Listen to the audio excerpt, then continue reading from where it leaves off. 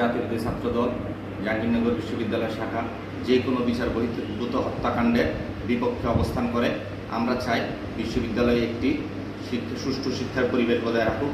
কারো বিরুদ্ধে, ছাত্রলীগের কারো বিরুদ্ধে যদি জুলাই আগস্ট অভ্যুত্থানে বিরুদ্ধে যদি কারো অবস্থান থাকে, কোনো ছাত্রলীগ নেতাকর্মীর বা অতীতে যদি তাদের কোনো অপকর্ম থেকে থাকে, তাহলে আমাদের আহ্বান হচ্ছে তারা যেন এই সমস্ত ছাত্রলীগের নেতাকর্মীদের সাথে যাতে আইনের আওতায় নিয়ে আসা হয়।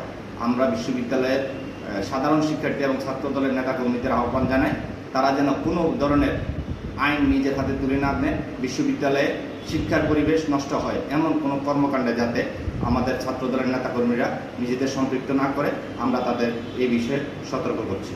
হৃদয় আক্রান্ত একটি ঘটনা ঘটেছে, যেটি মর্মান্তিক ছিল, হৃদয় বিদারক ছিল। বন্ধুগণ, সেখানে কতিপয় শিক্ষার্থী করেছে, একটি মানুষের প্রাণ দিয়েছে এবং দিনে সবার ঠিক সেই জায়গা থেকে আমরা আমাদের জায়গা প্রবেশ করব। আজকে সমাবেশের শুরুতে আমাদের সামনে বক্তব্য রাখবেন আগামী 5 বছর অথবা 7 বছরে জাহাঙ্গীরনগর বিশ্ববিদ্যালয়ের